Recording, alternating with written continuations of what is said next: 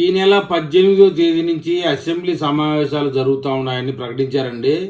అయితే ఇందులో ఆశ్చర్యకరమైన విషయం ఏంటంటే డిప్యూటీ స్పీకర్ త్రిపులార్ గారు రఘురామకృష్ణరాజు గారు జగన్మోహన్ రెడ్డి కానీ అసెంబ్లీకి రాకుండా ఉంటే పులివెందులకు ప్రత్యేకించి బై ఎలక్షన్ పెడతాం అని చెప్పేసి ఒక పక్క వార్తల్లో హల్చల్ చేస్తా ఉన్నాడు. కానీ మన అసెంబ్లీ స్పీకర్ గారు చింతకాయల అయిన పాత్రుడు జగన్మోహన్ రెడ్డి రిక్వెస్ట్ చేస్తున్నాడు, మీరు అసెంబ్లీలో మాట్లాడాలనుకుంటే మీకు ఎక్కువ సమయం ఇస్తాం, అసెంబ్లీకి రండి, యూరియా సమస్య మీద, రైతుల సమస్య మీద, ఇతర సమస్య మీద బయట మాట్లాడేది కాదు, అసెంబ్లీకి వచ్చి మాట్లాడాలని ఆయన్ను ఒక విధంగా స్వీట్ రిక్వెస్ట్గా మాట్లాడుతున్నాడు. ఇది ఎవరికి ఇష్టం లేకపోయినప్పటికీ అసెంబ్లీకి రావాలని, ఈ నెల 18 జరిగే అసెంబ్లీ సమావేశాలు హాజరు కావాలని, మాట్లాడేందుకు చర్చల్లో పాల్గొనేందుకు సమయం కేటాయిస్తామని ఆంధ్రప్రదేశ్ అసెంబ్లీ స్పీకర్ చింతకాయల అయిన పాత్రుడు వైఎస్ఆర్ కాంగ్రెస్ పార్టీకి, ఆ పార్టీ ఎమ్మెల్యేలకు సూచించారు.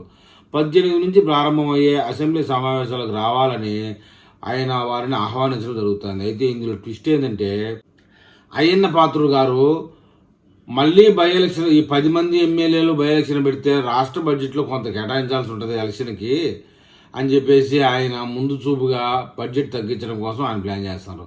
త్రిపులార్ గారు ఏంటంటే ఈ 11 మందికి జగన్మోహన్ రెడ్డితో కలిపి 11 మందికి ఎలక్షన్ పెట్టి అందరినీ ఓడించి పడేసి జగన్మోహన్ రెడ్డిని తలకాయ ఎత్తుకోనికుండా చేస్తాంలే అని చెప్పేసి ఆయన ప్లాన్ ఆయన చేస్తున్నాడు.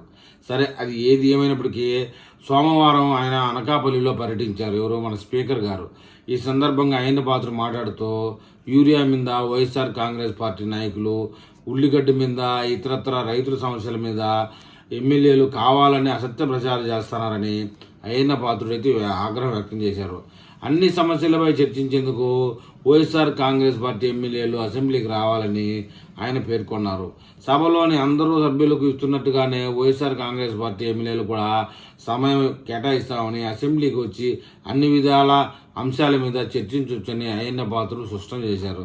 ఇది ఒక విధంగా చూస్తే జగన్మోహన్ రెడ్డిని భంగపడినట్టే ఉండదు, కానీ స్పీకర్ స్థానంలో కూర్చొని వార్నింగ్ ఇచ్చినట్లేదు. మొత్తానికైతే మన డిప్యూటీ స్పీకర్ త్రిపులార్ గారు ఇచ్చిన వార్నింగే చాలా బెస్ట్ వార్నింగ్. రాకపోయాడు. పులివెందులకు మళ్ళీ ఎలక్షన్ పెడదాం, మొన్న కానీ ఒంటిమిట్ట పులివెందుల జెడ్పీటీసీని ఎలా కొట్టుకొచ్చామో ఆ విధంగా తెలుగుదేశం పార్టీ కొట్టుకొస్తే అప్పుడు కానీ బుద్ధి రాదు జగన్మోహన్ రెడ్డికి.